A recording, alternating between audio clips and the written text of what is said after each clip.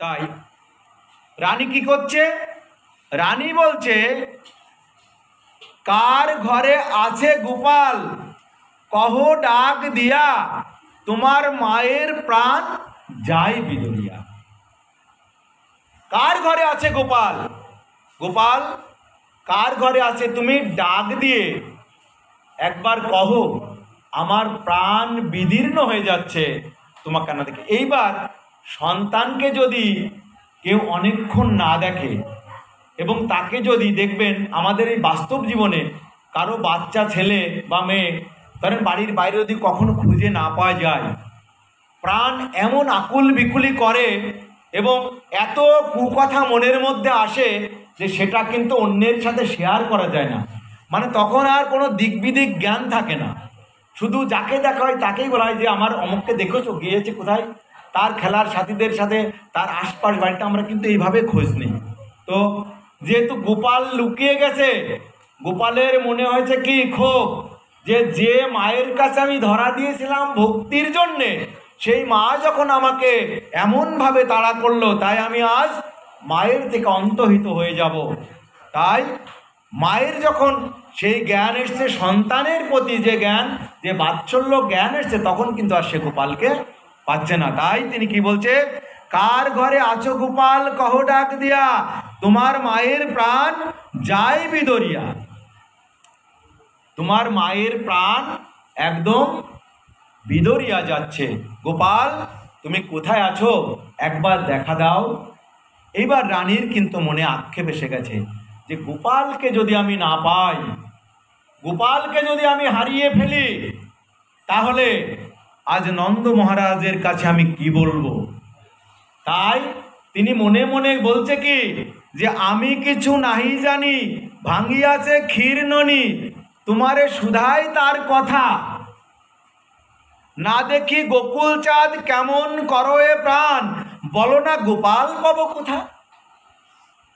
বলছে যে আমি কিছুই তাকে বলিনি, আমার দধি দুগ্ধের হাড়ি ভাণ্ড মন্থন সব নষ্ট করে দিয়েছে, কিন্তু আমি কিছু নাহি জানি, ভাঙিয়াছে ক্ষীর ননি, তোমারে সুধাই তার কথা।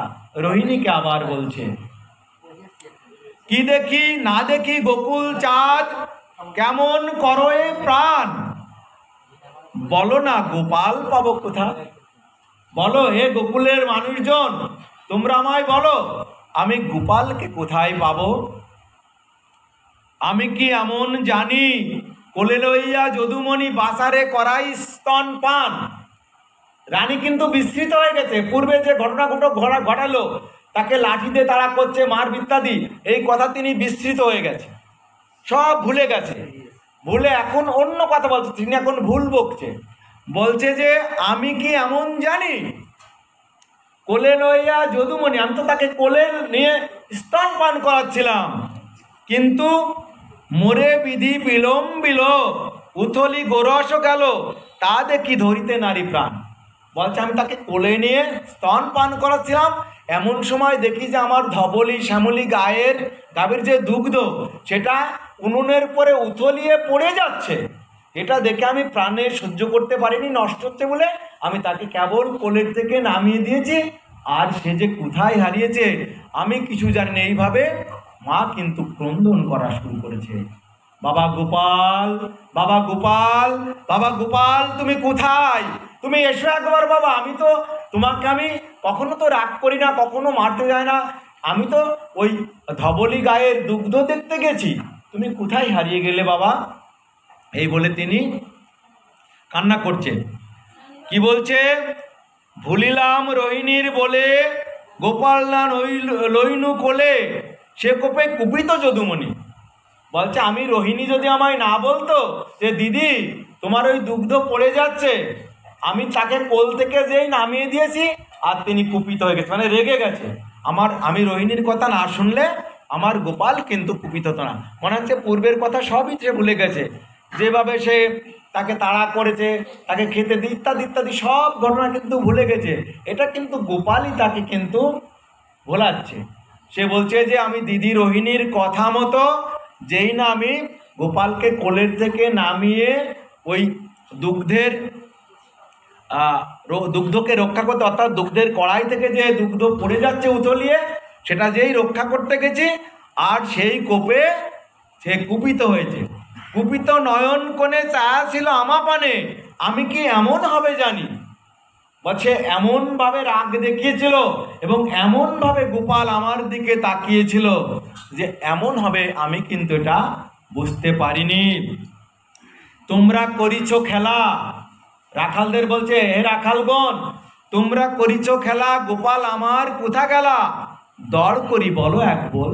তোমরা সবাই একত্রিতভাবে বলো যে আমার গোপাল কোথা গেছে। এবার প্রত্যেকটা রাখালের কাছে গিয়ে আজ করজোড়ে রানী বলছে যে বাবা তোমরা বলো আমার গোপাল কোথায় গেছে, আমি কোথায় গেলে গোপাল পাবো। এইভাবে রানী কিন্তু প্রত্যেকের কাছে শুনছে, প্রত্যেকের কাছে কান্না করছে। এমতো সময় তিনি মনে মনে ভাবলেন যে আজকে নন্দ মহারাজ আসলে তো আমায় আস্ত রাখবে না, কারণ যখন আমি গোপালকে হারিয়ে ফেলেছি, এবার একটু বোঝার আছে, গোপাল যদি কারোর হারিয়ে যায় তাহলে এ জীবনের কোনো সার্থকতা থাকে না। গোপাল যদি একবার হারিয়ে যায়, কারো গোপাল, এই জগতে আমরা দেখি অনেক পিতামাতার সন্তান যে কোনো কারণেই হোক, হয়তো পিতামাতার আগেই তারা চলে যায়। এই যে পিতামাতার যে কষ্ট, সেই কষ্টে সেই মানুষটা কিন্তু আর মানুষ থাকে না। সে হয়তো বেঁচে থাকে কিন্তু তার সেই বাঁচার যে উপকরণ, সেই উপকরণ তার থাকে না। তা আমাদের এই ব্যক্তি জীবনের তো এইটা গেল, কিন্তু যেটা অপার্থিব, মানে যেটা পার্থিব জগতের ছাড়া যেটা অপার্থিব জগৎ, এই অপার্থিব জগতের যে সাধন ভজন, যেটা পরাবিদ্যা, যে পরাবিদ্যায় বলিয়ান হয়ে আমরা চলা বলা করা খাওয়া ইত্যাদি করি, সেটা আমাদের কে করায়? আমাদের গোপাল। সেই পরাবিদ্যা গোপাল যদি আমাদের থেকে কৃপা দৃষ্টি তুলে নেয়, তাহলে আমাদের এই মানব জন্মের কোনো সার্থকতা থাকে না। ভগবান যদি আমাদের উপর থেকে বিমুখ হয়ে যায়, তাহলে এই মনুষ্য জন্ম দুঃখ যন্ত্রণা অর্থাৎ ত্রিতাপ যন্ত্রণায় আমরা জর্জরিত হয়ে পড়ি। তা এখন রানী কিন্তু সেই যন্ত্রণা অনুভব করছে। কি যন্ত্রণা? যে না, গোপালকে সে হারিয়ে ফেলেছে। তাই সে ভাবছে নন্দ মহারাজ আসলে আজ আমি কি বলবো। তাই অঝর ধারায় রানী কি বলছে, বাবা গোপাল, গোপাল একবার আয় বাবা আয়, আমি আর কখনো তোকে কোল থেকে নামাবো না বাবা, তুই যেখানেই থাকিস একবার এসে আমায় দেখা দে বাবা, একবার এসে আমায় দেখা দে। এই বলে রানী দু নয়নের জলে বক্ষ প্লাবিত করছে। গোপাল গোপাল বাবা গোপাল কাছে আই, গোপাল বাবা গোপাল কোথায় গেলি কাছে আয়। এইভাবে মা যশোমতী আজ নয়ন জলে বক্ষ প্লাবিত করে আজ গোপাল গোপাল করছে। এমন সময় নন্দ মহারাজ তার যে প্রতিদিনের যে কর্ম, সেই কর্ম শেষে তিনি বাড়ি ফিরে এলেন। বাড়ি ফিরে আসা মাত্রই রানী নন্দ মহারাজের সামনে একদম ঠাস হয়ে পড়ে গিয়ে তিনি দু চোখের জল ছেড়ে বলছে, মহারাজ আমি আমার গোপালকে হারিয়ে ফেলেছি মহারাজ, তুমি আমায় যে শাস্তি দেবে সেই শাস্তি তুমি আমায় দাও। নন্দ মহারাজ বলছে, কি হয়েছে রানী, তোমায় কি হয়েছে? বলছে, আমায় কি হয়েছে তুমি শুনবে। আমি আমার গোপালকে চিরতরে হারিয়ে ফেলেছি। এই কথা যখন বলল, ঠিক তখন এই যে মায়ের আরতি, এই যে মায়ের যন্ত্রণা, আসলে ভক্ত যখন নয়ন জলে ভগবানকে ডাকে নিঃস্বার্থভাবে, তখন কিন্তু ভগবান আর স্থির থাকতে পারে না। তাই গোপাল আবার তখন কি করলেন? প্রকট হলেন। প্রকটে কোথায় এলেন? নন্দ মহারাজ যেখানে দাঁড়িয়েছিল ঠিক সেইখানে গোপাল এসে দাঁড়ালো। দাঁড়িয়ে গোপাল কি বলছে? দাঁড়াইয়া নন্দের আগে গোপাল কাঁদে অনুরাগে, বুক বাহিয়া পড়ে অশ্রুধারা, না থাকিব তোর ঘরে অপযশ দেহ মোরে, মা হইয়া বলে ননিচোরা। যারা যারা গোপাল কোলে নেবেন আপনারা একটু উপরে আসবেন, যারা গোপালকে কোলে নেবেন। আমি শেষের দিকে চলে এসেছি প্রায়। তো এইবার আরে দাঁড়াইয়া নন্দের আগে গোপাল কাঁদে অনুরাগে, বুকে বাহিয়া পড়ে অশ্রুধারা, বুকে বাহিয়া পড়ে অশ্রুধারা, বুকে বাহিয়া পড়ে অশ্রুধারা। কি বলছেন? দাঁড়াইয়া নন্দের আগে, নন্দের সামনে দাঁড়ালেন গোপাল। দাঁড়াইয়া নন্দের আগে গোপাল কাঁদে অনুরাগে।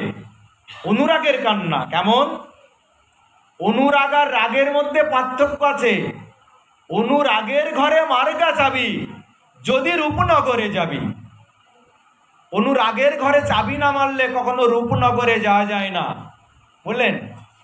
যদি দয়ালকে পেতে হয় অনুরাগের ঘরে মার্গা চাবি, যদি রূপনগরে যাবি।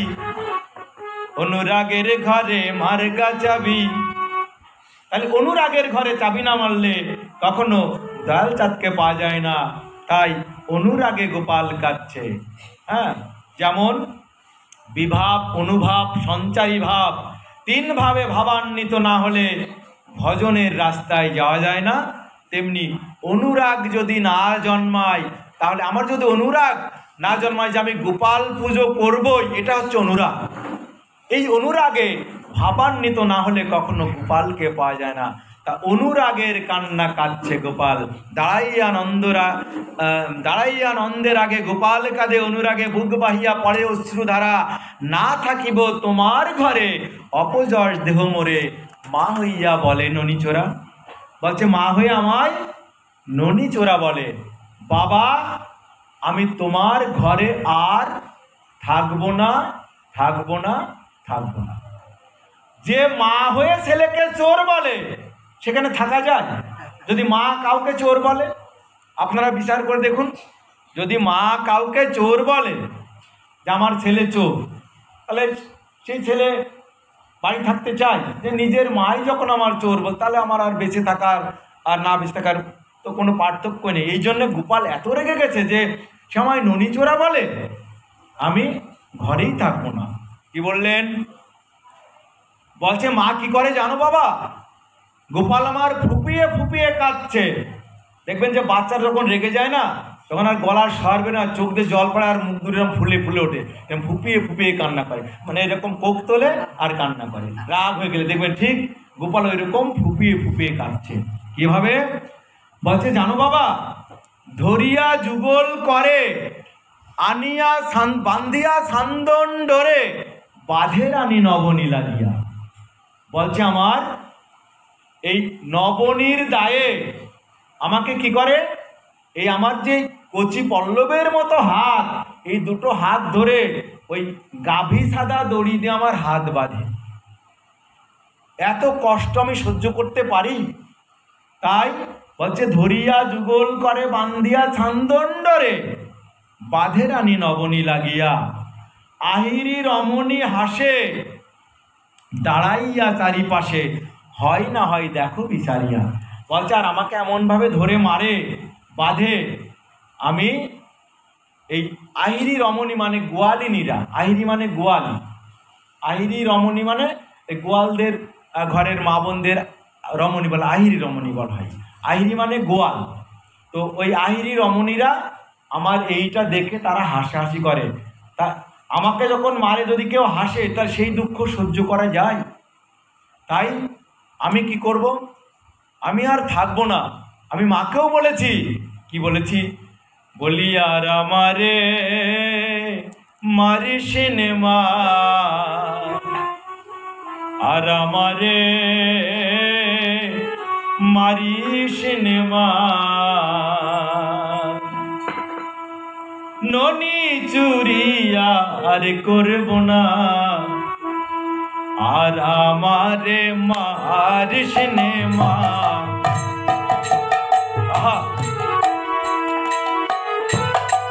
সামান্য না বনির তারে মারলি গো মা বেঁধে ধরে, সামান্য না বনির তারে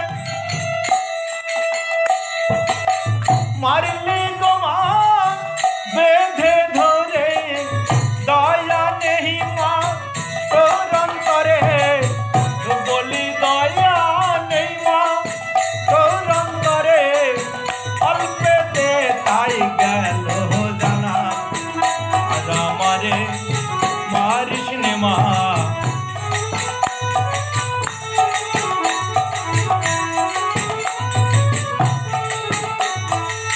পরে মারে পরের ছেলে, কেঁদে বলে মাকে গিয়ে, পরে মারে পরের ছেলে, কেঁদে বলে মাকে গিয়ে, সেই জননী নিঠুর হলে, সেই জননী নিঠুর হলে, কে বোঝে ছেলের বেদনা, আর আমারে মারিস নে মা, আর আমারে মারিস নে মা। তাই বাবা আমি মাকে কি বলেছি জানো? বলেছি, খুলে দে মা হাতের বাঁধন, আমার যাই যেদিকে যাই দুই নয়ন, আমার খুলে দে মা হাতের বাঁধন,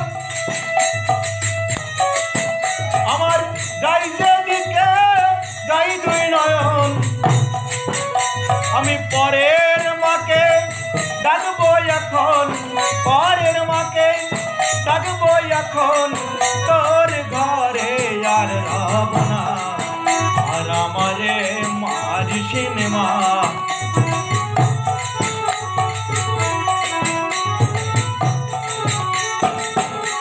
ভাই বাবা, যে মায়ের নাই ছেলের বেদন,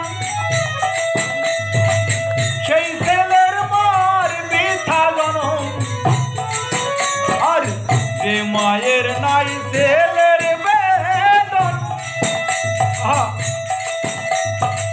সেই ছেলের মার বৃথা জনম, অতি বিনয় করে বলছে লালন, অতি বিনয় করে বলছে লালন, কাজ শেষে করে করুণা, আর আমারে মারিস নে মা, ননি চুরি আর করব না, আর আমারে মারিস নে মা, আর আমারে মারিস নে মা, আর আমারে মারিস নে মা।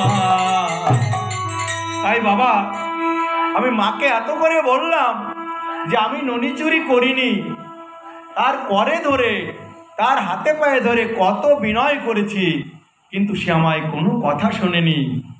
তাই তোমায় বলি বাবা, তুমি শোনো, বলছে আনের ছাওয়াল যত, তারা ননি খাই কত, মা হইয়া কেবা বান্ধে করে। বলছে অন্যের ছেলেরাও তো ননি সেবা করে, তা মা হয়ে কেউ কারো পরে বাঁধে? তোমার কাছে আমি বিচার দিচ্ছি বাবা, যে অন্যের ছেলেরা ননি খায়, কিন্তু তার মায়েরা তাদের কি কখনো করে বাঁধন দেয়? বাঁধন দেয় না। তাই আনের ছাওয়াল যত তারা ননি খাই কত, মা হইয়া কেবা বান্ধে করে, যে বলো সে বলো মোরে, না থাকিব তোমার ঘরে, এনা দুঃখ সইতে না পারে। বল তুমি যাই বলো না কেন, আমায় যে দুঃখ দিয়েছে, যে যন্ত্রণা দিয়েছে, সেই দুঃখ কে সইতে পারে?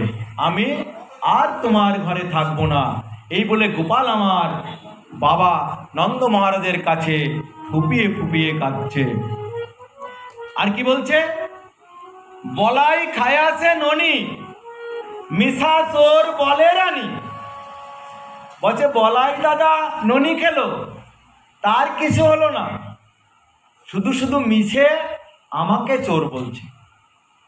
বাবা তুমি এর বিচার করবে, আমি তো থাকবই না, আর তুমি এর বিচার কিন্তু তুমি করবে, কারণ বলাইদা খায়াছে ননি, মিছা চোর বলে রানী, ভালো মন্দ না করি বিচার।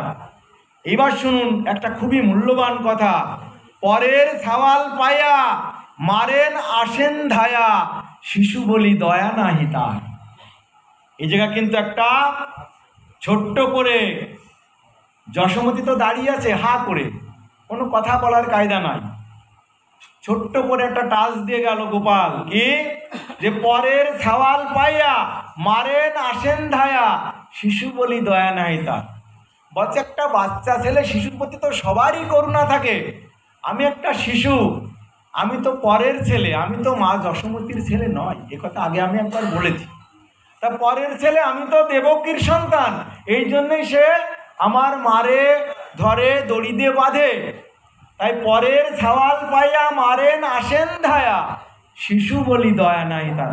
আমি যে শিশু এটাও তার জ্ঞান আজ তার নাই, আজ কিন্তু আমাকে সে এইভাবে মারছে, কাটছে, কাটছে। তুমি, তোমার কাছে বিচার দিচ্ছি বাবা, তুমি এর বিচার তুমি করবে।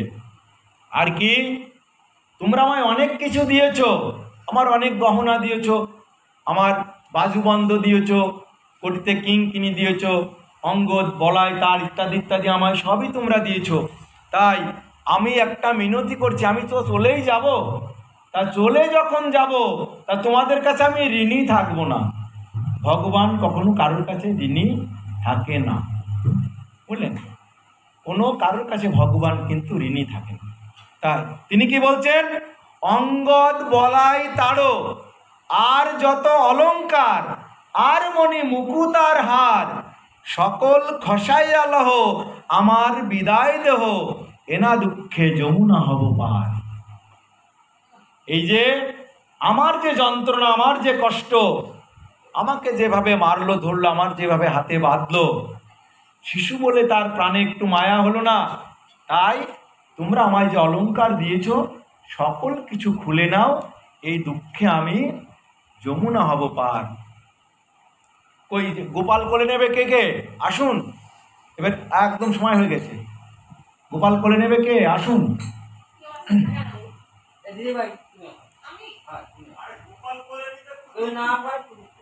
নেন না, একজন নিলেই হবে, কারণ এরা আপনারা প্রথমে বলেছেন যে মা যশোদার গোপাল, মা যশোদার সাথে তার হ্যাঁ। তো এইবার যখন এইরকম ভাবে বিলাপ করছে, যখন কান্না করছে গোপাল, এইবার মা যশোমতীর তো মুখে কোনো ভাষা নেই, কি বলবে? কিছু বলতে পারছে না, সব নন্দ মহারাজের কাছে বলছে। তো এইবার আমাদের একজন পদকর্তা বলরাম দাস, তিনি কি বলছেন? আরে বলরাম দাসে কয় এই কম্ম ভালো নয়, আর বলরাম দাসে কয় এ কম্ম ভালো নয়, ধাইয়া গোপাল কর কোলে। নেন গোপাল কোলে নেন, ধাইয়া গোপাল কর কোলে, যশোদায়া শ্রিয়া কাছে গোপালের মুখ মুছে, আর যশোদায়া শ্রিয়া কাছে গোপালের মুখ মুছে। কই নেন, বলে নেন, ধ্বনি দেব। আর বল রাম দাসে কহে এই কম্ম ভালো নয়, ধাইয়া গোপাল কর কোলে, যশোদায় আসিয়া কাছে গোপালের মুখ মুছে, অপরাধ ক্ষমা কর মোরে। গোপালকে তখন কোলে নিয়ে মা যশোমতী গোপালের অঞ্চল দিয়ে মুখ মুছে দিচ্ছে এবং বলছে কি, বাবা বাবা গোপাল, তুমি এবারের মতো আমায় ক্ষমা করে দাও, আমি আর কখনো এহেন কাজ করবো না, কখনো আর তোমাকে আমি মারতে যাব না, ধরতে যাব না, কাটতে যাব না, তোমাকে আমি সদা সর্বদা আমার এই ভক্তির বাঁধন দিয়ে আমি তোমায় বুকে করে রাখবো। এই বলে মা যশোমতী তখন দৌড়ে গিয়ে গোপাল কোলে নিল। জয় জয় গোপাল প্রেমানন্দে, হরি হরি হরি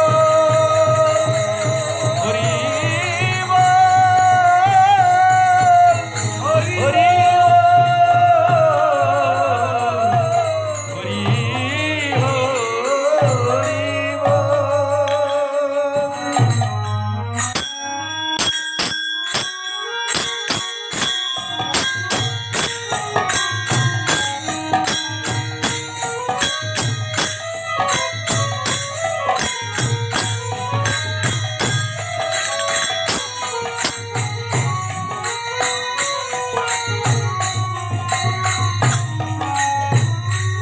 ও জয় জয় রাধে রাধে গোবিন্দ বলো, জয় জয় রাধে রাধে গোবিন্দ বলো, জয় জয় রাধে রাধে গোবিন্দ বলো, জয় জয় রাধে রাধে গোবিন্দ বলো, নাম যতই বলো ততই ভালো, রাধে রাধে গোবিন্দ বলো,